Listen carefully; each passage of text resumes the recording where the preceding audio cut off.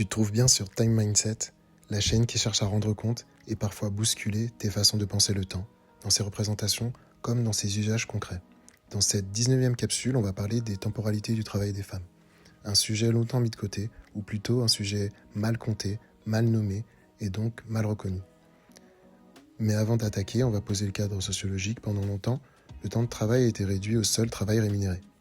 Le temps domestique, le temps parental, le temps du care n'est tout simplement pas considéré comme du travail. C'est précisément ce que montrent Marc Bessin et Corinne Godard dans leur article de référence « Le temps sexué de l'activité professionnelle, la temporalité au principe du genre ». Leur point de départ est simple, le temps n'est pas neutre, il est socialement construit et profondément genré. On parle de travail, mais dans quelle sphère ? Ici, on ne parle pas seulement d'emploi, on parle de travail, qu'il soit rémunéré ou non, visible ou invisible, ou encore exercé dans l'entreprise ou au sein du foyer. Le travail des femmes se déploie dans plusieurs sphères à la fois, et surtout dans des temps qui se superposent, et c'est là que ça se complique. Donc je vais te livrer les 3 constats essentiels. D'une part, il faut éviter les raccourcis. C'est vraiment le premier point important. Il ne s'agit ni de tomber dans le cliché de la double journée, ni de nier les évolutions réelles du partage des tâches. L'enjeu, comme le rappellent Bessin et Godard, c'est de décrire finement les pratiques, sans caricature, mais sans naïveté non plus. Deuxième constat, on a des temps qui se mélangent. Le temps professionnel et le temps domestique sont de moins en moins séparés. Avec le travail numérique, le télétravail, les horaires flexibles, les femmes se retrouvent souvent à gérer des temps superposés et non compartimentés. C'est ce que la sociologie appelle une perméabilité psychologique entre vie professionnelle et vie privée. C'est ce que nous dit notamment Bessin en 2009.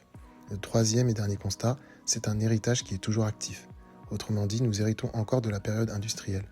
Les femmes restent socialement associées au court terme, au quotidien, à la gestion immédiate. Les hommes, eux, sont davantage projetés vers le long terme, la carrière, le futur. Cette asymétrie structure encore nos rapports au temps. On va parler du temps maintenant comme un rapport de pouvoir.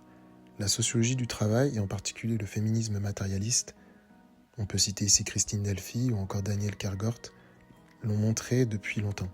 Le temps est un producteur de rapports de pouvoir. L'invisibilisation du travail domestique n'est pas un oubli, c'est une construction sociale au cœur du système.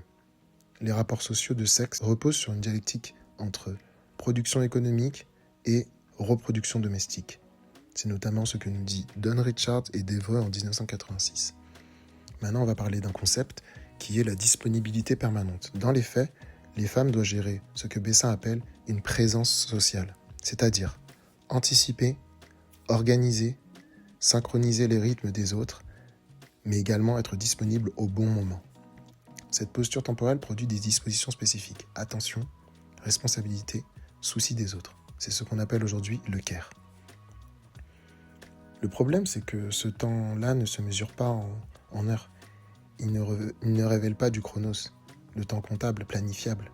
Il révèle du kéros, le temps opportun, le bon moment, l'intervention juste. Et ce temps qualitatif, souvent féminin, reste largement invisible et sans contrepartie. Maintenant, on va partir sur une enquête et des travaux de François-Xavier Deveter sur la disponibilité temporelle. Il le confirme. Il nous dit d'une part que les femmes apparaissent moins disponibles en moyenne, mais surtout différemment disponibles. Dans un deuxième temps, il nous dit que leur disponibilité est plus souvent liée au contact avec autrui, notamment avec des clients, des patients ou encore avec des usagers, et moins reconnue que celle des hommes. Et enfin, contrairement aux hommes, une forte disponibilité temporelle ne garantit ni salaire plus élevé, ni progression de carrière. Autrement dit, il y a une disponibilité sans prix.